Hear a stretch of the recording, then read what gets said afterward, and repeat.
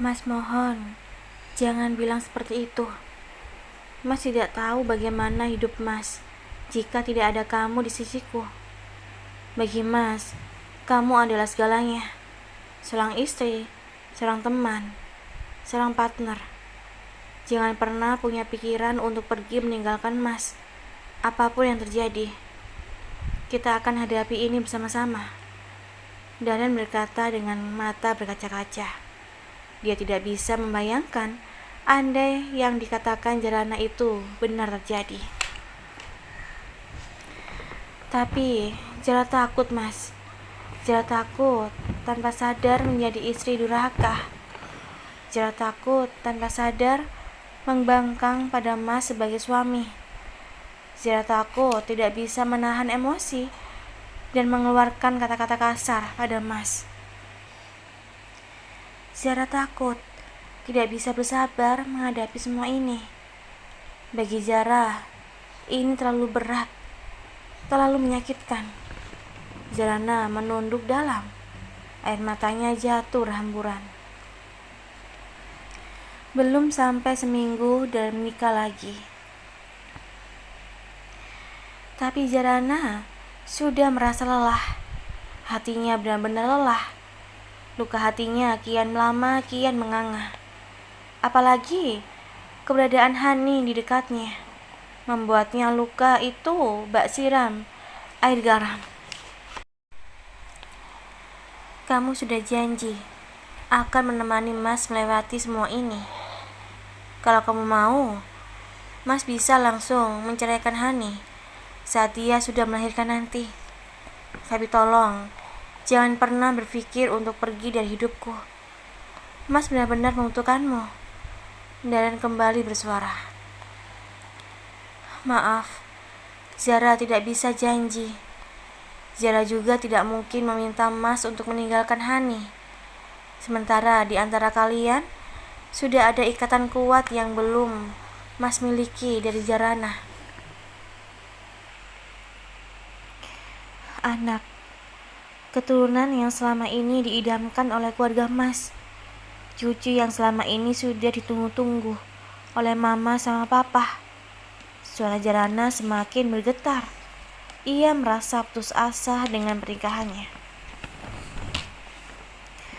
Mama sama papa memang menginginkan cucu, tapi itu dari kamu, dari hubungan halal kita, bukan keturunan yang terjadi karena aib dan terjadi di luar nikah, jawab Darren. Mas, anak itu tetap suci, tetap bersih apapun yang terjadi. Hanya saja, kedua orang tuanya lah yang menghadirkan ke dunia dengan cara yang salah, melakukan hubungan terlarang sebelum nikah, hingga anak pun ikut menjadi korban. Padahal tidak ada istilah anak haram, tapi perbuatan ibu bapaknya yang haram. Zarana meluruskan. Mas tahu, Mas mengerti, tapi sekarang semuanya terlanjur terjadi. Anak itu akan segera lahir, tak lebih dari 6 bulan lagi. Waktu yang sangat sebentar, dan akan merubah statusku sebagai seorang ayah. Meski dalam Islam, anak itu tetap tidak bisa dinasabkan padaku sebagai ayah kandungnya. Darren berkata dengan sendu. Darren menyadari perbuatannya berdampak besar pada masa depan dirinya dan sang anak kelak. Jika anak itu perempuan, maka Darren tidak bisa menjadi wali nikahnya kelak. Namun, apa daya, Darren pun tidak pernah menginginkan ini terjadi. Bahkan Darren sendiri tidak ingat saat dia dan Hani melakukan hal larang itu. Karena sebelum-sebelumnya, Darren selalu berhasil menghindari agar perbuatan kotor itu tak pernah terjadi. Zara ingin tidur, Mas. Zara lelah. Mas temani Hani saja ya. Dia pasti tidak ingin tidur sendirian malam ini. Zarana mengakhiri perbincangannya dengan Darren malam ini. Jalana ingin sendiri. Dia butuh ketenangan. Baiklah, kalau kamu mau istirahat, Mas gak akan ganggu kamu. Selamat tidur ya, sayang. I love you. Daren mengecup pucuk kepala Jarana, kemudian bangkit dan berjalan keluar kamar, membiarkan Jarana sendirian mengobati luka dengan kesepian. Sementara Hani, dia masih anteng di gazebo belakang rumah. Dia memang selalu lupa waktu jika memainkan gawengnya. Banyaknya teman di dunia maya membuat Hani tidak pernah merasa kekurangan teman. Ponsel yang ada dalam genggaman Hani berdering, menandakan ada panggilan masuk. Gegas Hani menggeser tombol untuk menerima panggilan tersebut. Han, lo masih mau nerima job pemotretan gak? Tanya Bian di seberang sana. Selama perut gue masih aman, belum terlihat sih masih, jawab Hani yakin. Gue ada job nih, tapi pemotretannya di luar kota. Besok berangkatnya sore. Kalau mau, gue pesan tiketnya dari sekarang. Bian memberikan penawaran. Berapa hari? Yang berangkat siapa aja? Tanya Hani lagi. Paling 2 harian. Yang berangkat model 2 orang. Terus gue sama asisten gue. Gimana? Mau diambil nggak? Bian kembali memastikan. Boleh deh, mumpung perut gue masih aman. Soalnya sebentar lagi kayaknya udah mulai buncit nih, timpal Hani. Fik ya, gue pesen tiket dari sekarang. Tanya Bian lagi. Iya Fik, jemput aja langsung ke apartemen, pinta Hani. Beres, sahut Bian. Hani menyimpan gawengnya dengan bibir merekah. Bagi seorang model, penampilan memang hal utama, apalagi bentuk tubuh. Tinggi, langsing, menjadi modal untuk tetap bertahan. Apalagi model pakaian seksi seperti Hani, yang kerap kali menonjolkan bagian-bagian sensitif dari tubuhnya. Baju bikini, indri, hingga dress dengan belahan dada yang sangat terbuka, dan bawahan menerawang Hani mengenakan. Itulah sebabnya dulu Aji dan Sarah begitu menentang hubungan Daren dan Hani. Karena Aji dan Sarah tidak menyukai profesi Hani sebagai model yang kerap kali berpenampilan terbuka. Malam semakin merangkak naik, angin pun berhembus semakin kencang. Hani mulai merasa kedinginan. Setelah menyambar gawengnya, ia pun lekas masuk ke dalam rumah. Hani melihat Daren masih menonton TV di sofa. Hani pun menghampirinya, lalu duduk di sampingnya. Sangat berdekatan. Belum tidur, Mas? Tanya Hani. Belum ngantuk, jawab Daren tanpa menoleh. Matanya tetap fokus menatap layar TV yang menayangkan film box office. Tidur sama aku ya. Semalam kan udah tidur bareng Jarana. Pintar, Hani. Ia menyandarkan kepalanya di bahu sang suami. Lihat nanti saja, aku juga gak enak sama Jarana, jawab Daren tak mengiyakan. Ya, padahal besok aku mau keluar kota. Ada pemotretan. Pasti kita gak akan ketemu beberapa hari, timpal Hani kecewa. Kamu masih menerima job pemotretan di luar kota? Kamu kan lagi hamil, protes Daren nampak tak terima. Mumpung perutnya masih belum kelihatan, kalau udah kelihatan juga gak akan diterima, Hani memberi alasan. Kenapa harus keluar kota? Kenapa gak di Jakarta aja? Kan masih banyak job di sini juga, timpal Daren dengan nada kesal. Memangnya orang hamil dilarang keluar kota ya? Perasaan sah-sah aja. Pemotretannya juga bukan di tempat yang ekstrim kayak tebing gitu, cuma di pantai, timpal Hani berang. Bukan gak boleh, hanya saja lebih baik wanita hamil itu diam di rumah. Kalaupun mau bekerja ya yang dekat-dekat saja, kecuali kalau nanti sudah melahirkan. Itu terserah. Darren masih keberatan. Pasalnya Darren sangat khawatir pada bayi yang dikandung Hani. Justru karena masih lama melahirkan, makanya aku berani ambil job ini. Ini juga yang terakhir. Hani masih kekeh.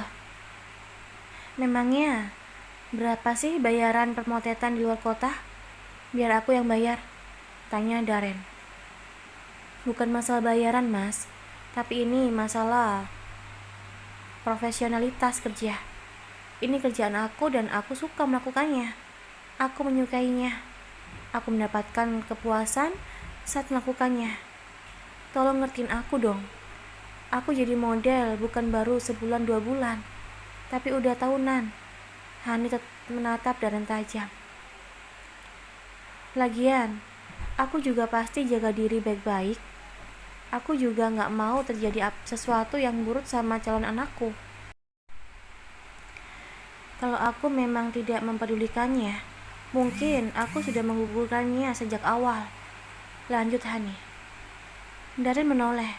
Ia begitu tercengang dengan perkataan Hani. Lebih baik kamu jangan ngomong macam-macam, ancam Darren penuh penekanan. Terserah kamu deh, Mas. Aku mau tidur. Kamarnya yang mana? Besok aku harus siap-siap untuk keluar kota. Hani menatap beberapa pintu kamar yang ada di rumah itu. Itu yang tengah. Darren menunjuk pintu kamar bercat putih tersebut. Ayo dong, temen. Hani menarik tangan Darren. Duluan aja. Aku lagi nonton. Tanggung. Telak Darren sambil mengibaskan tangan Hani. Ya sudah. Hani bangkit dengan kasar, lalu berjalan kesal menuju kamar yang dimaksud. Di kamar sebelahnya, Jarana sudah tertidur dengan sisa air mata yang mengenang di kedua bulu matanya. Meringkuk mendekap erat foto dirinya dengan sang suami. Alarm membangunkan Jarana dari lelapnya tidur. Tegas ia bangun, mengucek matanya, lalu menatap sendu keranjang di sebelahnya yang kosong. Biasanya ada Darren yang berbaring menemaninya di sana. Tapi malam ini, ranjang itu tetap kosong, bahkan sampai pagi. Hati Jarana mencelos, membayangkan Darren sedang tidur berdua dengan Hani, mendekap tubuh masing-masing.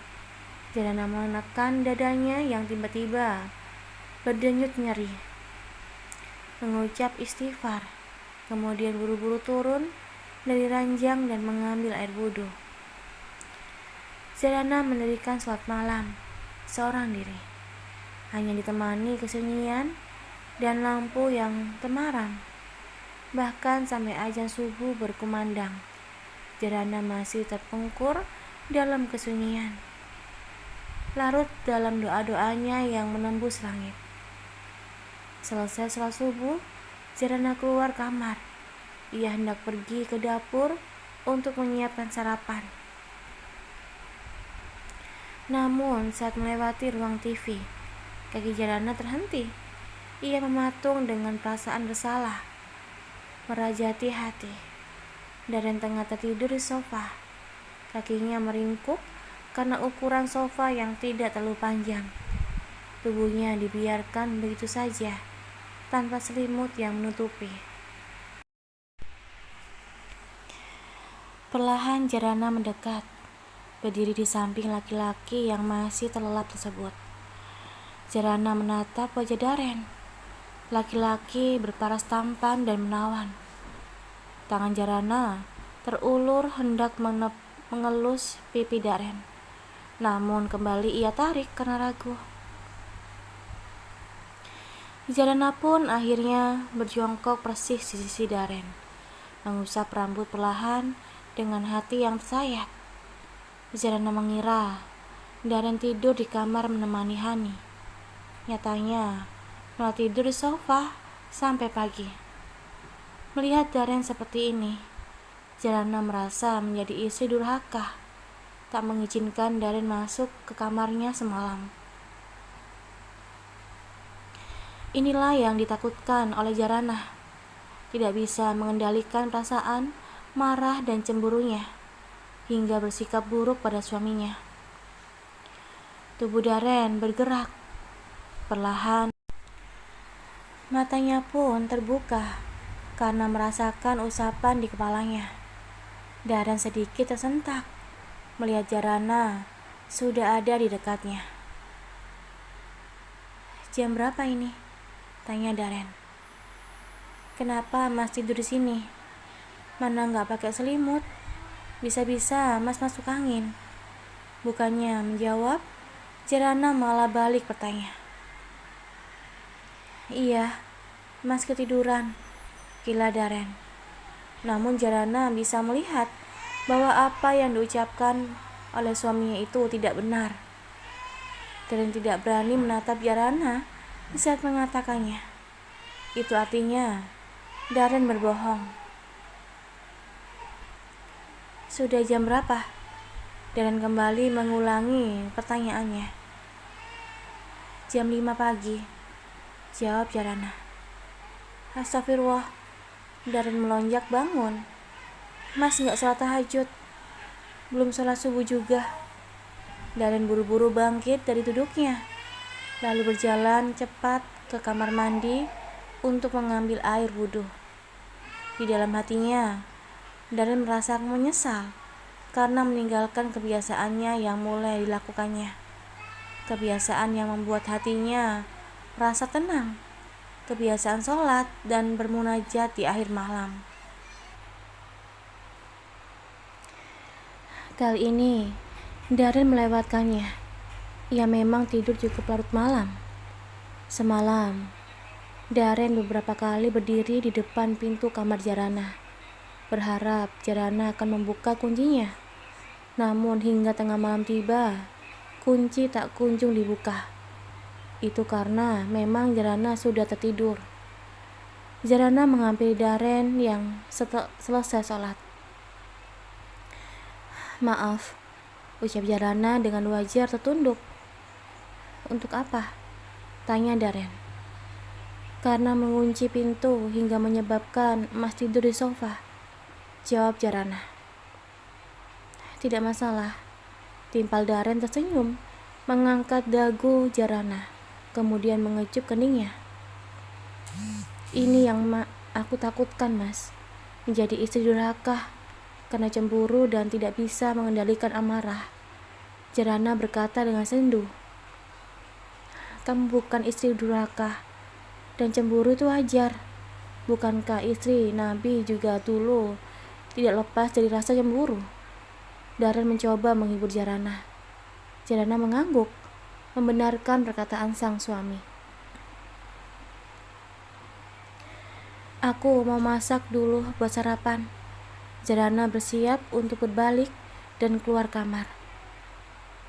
"Biar Mas bantu," usul Daren mengikuti Jarana. "Memang bisa?" tanya Jarana. "Bisa dong," jawab Daren tertawarnya. "Biasanya bisa ngabisin doang," goda Jarana. "Iya kan, karena masakanmu memang paling top." Daren mengangkat kedua jempol tangannya. "Gombal." Jarana mengelum, senyum menahan pipinya yang bersemu merah. "Mau masak apa?" Daren mendekati Jarana yang malah mematung di depan kulkas yang terbuka. "Bingung, Mas. Bahan masakannya nggak ada," jawab Jarana seraya memindai seluruh isi kulkas. "Ada telur?" tanya Daren. Jarana mengangguk. "Sosis?" Daren kembali bertanya. Jarana pun kembali mengangguk. "Kita bikin nasi goreng aja kalau gitu," usul Daren yang diikuti anggukan kepala Jarana. "Apa yang bisa Mas bantuin?" tanya Daren menawarkan diri. Mas goreng telur aja. Jarana mau potong-potong bawang dulu. Tita Jarana. Siap. Darren mengangkat tangannya memberi hormat. Tapi jangan gosong lagi. Jarana terkekeh. Teringat telur gosong buatan Darren waktu itu. Hehehe, iya, kali ini enggak. Saud Darren tertawa lebar. Berapa banyak gorengnya? 4 dong, kan orangnya juga 4 orang. Saud Jarana. Tangannya sibuk mengiris bawang merah. Oke, timpal Darren. Mereka pun memasak bersama, membuat tugas Jarana sedikit ringan. Setelah selesai, Darren pun membantu Jarana menata piring dan gelas di atas meja makan. Nanti malam kita ke supermarket ya, ajak Darren. Mau apa? Tanya Jarana tanpa menoleh karena sedang menuang air di gelas. Belanja dong, kan stok sayuran udah habis, jawab Darren. Sekalian kita kencan, saud Darren berbisik. Jarana menoleh, lalu tersenyum malu-malu. Hani? Tanya Jarana. Dia mau keluar kota hari ini, ada pemotretan, jawab Darren lirih. Darren memperhatikan sekeliling. Takutnya orang yang sedang dibicarakan itu tiba-tiba muncul. Jarana hanya mengangguk, tanda mengerti. Tiba-tiba saja Hani muncul. Beruntung Darren dan Jarana tidak keterusan membicarakan tentang Hani. Tanpa menyapa, Hani langsung duduk di kursi meja makan, lalu meneguk air putih yang sudah Jarana siapkan untuk Darren. Darren menatap Jarana, lalu menggelengkan kepalanya. Darren memberi kode bahwa itu tak masalah. Jarana pun mengerti dan kembali menuang air di gelas yang berbeda. Mbak Hani mau sarapan? Tanya Jarana lembut. Memangnya Mbak Zara masak apa? Tanya balik Hani balik bertanya. Nasi goreng sosis, jawab Jarana. Boleh, aku juga lapar nih. Maklum bawaan bayi. Hani menjawab sambil mengelus perutnya. Tapi Mbak Zara kan belum pernah hamil, jadi nggak tahu ya rasanya. Lanjut Hani membuat hati Jarana tersinggung. Hani, apa maksud kamu ngomong gitu? Darren menatap Hani tajam. Loh, memangnya kenapa? Kan itu kenyataan. Aku nggak bilang Mbak Jarana mandul kan? Cuma bilang Mbak Jarana belum pernah merasakannya. Bela Hani. Sudah. Aku juga nggak apa-apa kok mas. Lagian Hani memang benar. Aku ini memang belum pernah merasakan hamil. Jarana mencoba mengakhiri perdebatan di meja makan pagi ini. Ada apa sih? Pagi-pagi kok udah ribut aja? Diana yang baru muncul bertanya. Ia langsung duduk di kursi di samping Hani, sambil melirik wanita itu tak suka. Gak ada apa-apa. Ayo sarapan, Tita Jarana. Mereka pun akhirnya sarapan bersama-sama. Tak banyak berbincang yang terjadi pagi itu. Selain bingung mau membahas apa, Jarana juga cukup tak nyaman dengan keberadaan Hani di sana. Setengah jam berlalu. Darren sudah rapi dengan kemeja kerjanya. Ia bersiap untuk berangkat kerja. Mas kerja dulu ya. Kamu hati-hati. Darren pamit pada Jarana di kamar pagi ini. Karena di luar tak enak pada Hani. Jarana mengangguk, lalu mencium punggung tangan Darren takjim. Darren pun mengecup kening Jarana, sekilas lalu memeluk istrinya itu erat. Nanti sore gak usah masak, kita makan di luar aja sambil jalan-jalan, tutur Darren. Tubuhnya masih mendekap erat tubuh Jarana.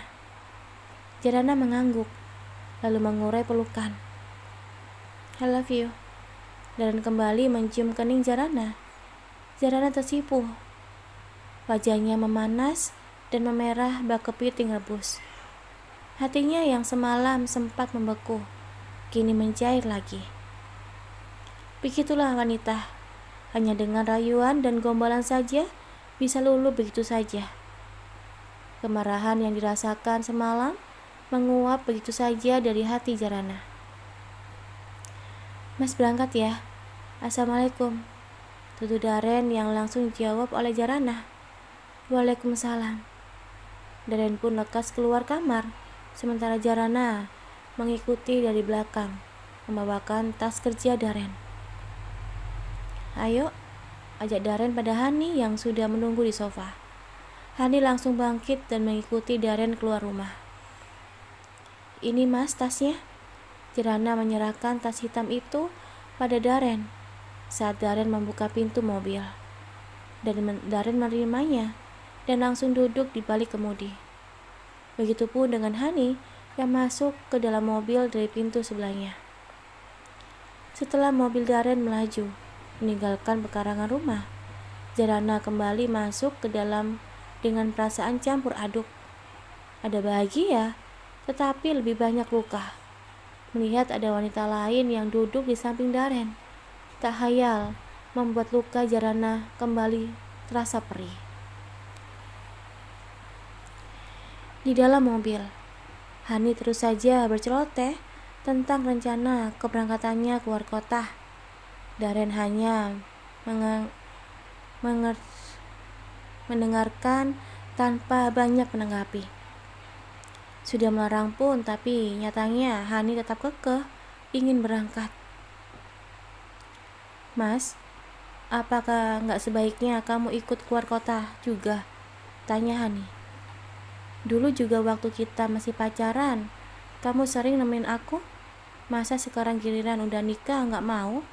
Mana aku lagi hamil. Lanjut Hani membuat Daren menoleh.